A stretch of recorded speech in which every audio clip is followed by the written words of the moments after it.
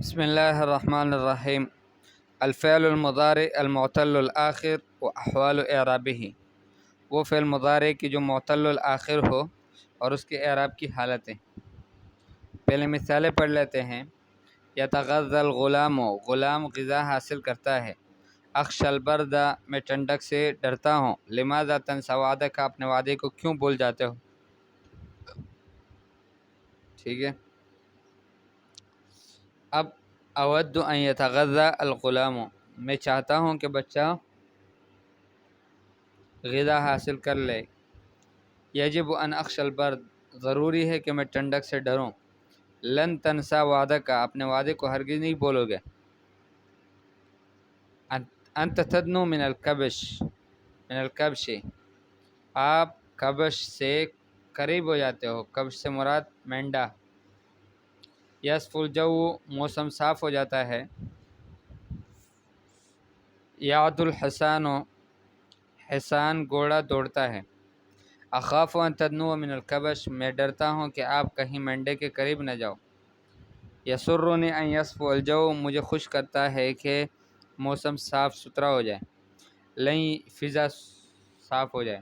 لن یعدو الحصان، حصان گھوڑا ہرگز دوڑ نہیں لگائے گا۔ اشتہی الطعام، میں کھانے کی چاہت ہے میری۔ یجری الماء، پانی بہتا ہے۔ یعوی الذئب، بھیڑیا آوازیں نکالتا ہے۔ لن اشتہی الطعام، میں ہرگز کھانے کو پسند نہیں کروں گا، نہیں چاہوں گا۔ احب ان یجری الماء، میں چاہتا ہوں کہ پانی بہتا رہے۔ لن یعوی الذئب، بھیڑیا آواز نہیں کرے گا۔ لم یتغذی الغلام، غلام نے غذا حاصل نہیں کی۔ لم اخشی البرد، میں ٹھنڈک سے نہیں ڈرا۔ لا تنسی وعدک، اپنے وعدے کو مت بھولنا۔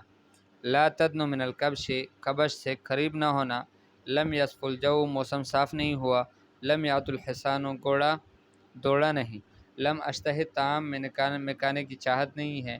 لم یجری الماء، پانی بہتا نہیں ہے۔ لم یعوی الذئب، بھیڑیا نے آواز نہیں نکالے۔ انظر الی الافعال المضارعہ فی التسعۃ فی القسم الاول، پہلے قسم کے 9 فعل مضارع کو دیکھو۔ تجدها جمیعا معتلۃ الآخر، ان سب کو آپ پاؤ گے کہ وہ معتلۃ الآخر ہے۔ الثلاثۃ الاولی منها بالالف، پہلے والے جو 3 ہیں وہ الف کے ساتھ وہ معتل الآخر ہے۔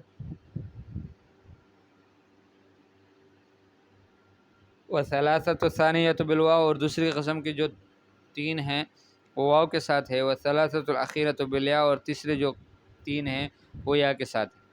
وتجدها جمیعا معربۃ، سب کو آپ معرب پاؤ گے۔ لخلوها من نونی التاکید والاناث، اس لیے کہ نون نسوہ اور نون تاکید دونوں نہیں آئے، اس سے خالی ہے یہ۔ وجمیعها مرفوعۃ، اور سب کے سب مرفوع ہے۔ لخلوها من ادوات النصب والجزم، مرفوع ہونے کی علامت اس کی وجہ یہ ہے کہ یہ خالی ہے ادوات نصب اور جزم سے۔ ولیکن ما السبب فی عدم ظہور الضمہ التی ہی علامت الرفع فی اواخرها، لیکن کیا سبب ہے کہ ضمہ ظاہر نہیں ہو رہا، وہ ضمہ کی جو رفع کی علامت ہے کلمے کے اواخر میں۔ السبب ان آخر کل فعل من هذه الافعال حرف علہ، سبب یہ ہے کہ ہر فعل کا ان افعال میں سے آخر جو ہے وہ حرف علت ہے۔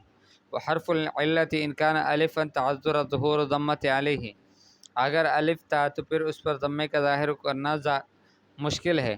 وان کان واوا او یاء کان ضمہ مستثقلا، اگر واو اور یا ہو تو اس کا ضمہ جو ہے مستثقل ہے۔ ولذلك لم يكن هناك بد من بقاء حرف العلت ساکنا، پھر وہاں پر کوئی اور طریقہ نہیں تھا کہ حرف علت کو ساکن رکھا جائے۔ وتقدیر ضمۃ علیہ فی جمیع الاحوال، اور ضمے کی جو تقدیر ہے وہ سب احوال میں مانی جائے۔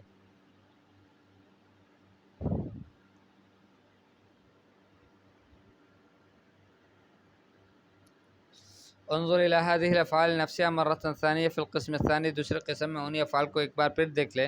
تجدها معربۃ، اس کو آپ معرب پاؤ گے کہ ما كانت فی القسم الاول، کہ جیسے پہلے قسم میں تھے۔ ولکنها تغیرت من الرفع الى النصب، لیکن یہاں پر مرفوع سے منصوب کی طرف متغیر ہو جاتے ہیں لدخول ادوات النصب علیہا، ادوات نصب کا اس پر داخل ہونے کی وجہ سے۔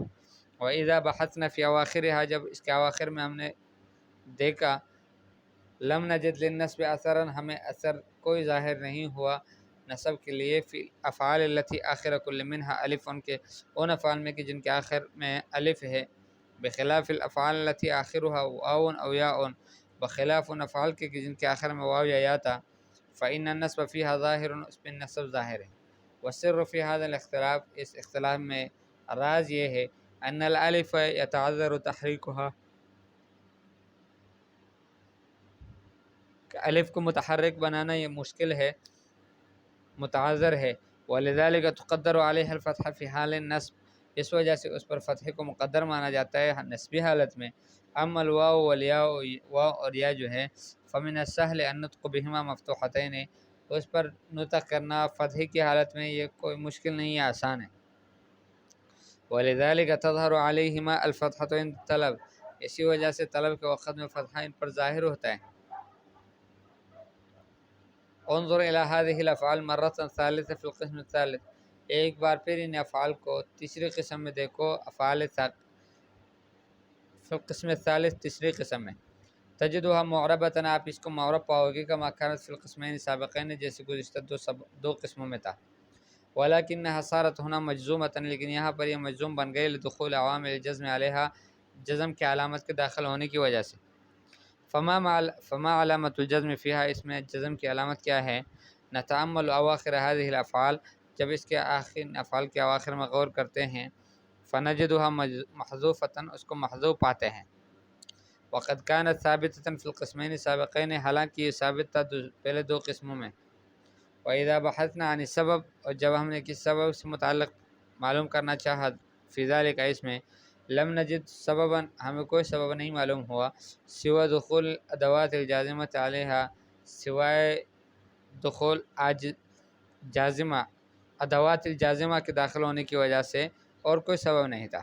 فہی التي حذفت هذه الاواخر، اسی دخول لم حرف جزم داخل ہونے کی وجہ سے یہ حذف ہو گیا اس کا اواخر۔ وبذلك يكون هذا الحذف علامة الجزم، یہ حذف کی جو علامت ہے، یہی علامت ہو جائے گی جزم کی، کہ یہ کلمہ مجزوم ہے۔ القاعدہ، فعل مضارع معتل الآخر مرفوع ہوتا ہے ضم مقدرے کے ساتھ الف پر اور واو اور یا پر، وینصب بفتحۃ مقدرۃ علی الالف، اور منصوب بنتا ہے پہلے مقدر فتحے میں الف پر، وظاہرۃ علی الواو والیاء، اور ایک ظاہری فتحہ واو اور یا پر، ویجزم بحذف الآخر، اور آخر اس کا مجزوم ہو جاتا ہے کہ آخر کو حذف کر کے مجزوم بنایا جاتا ہے۔ تمرینات انشاءاللہ اگلے سبق میں پھر پڑھیں گے۔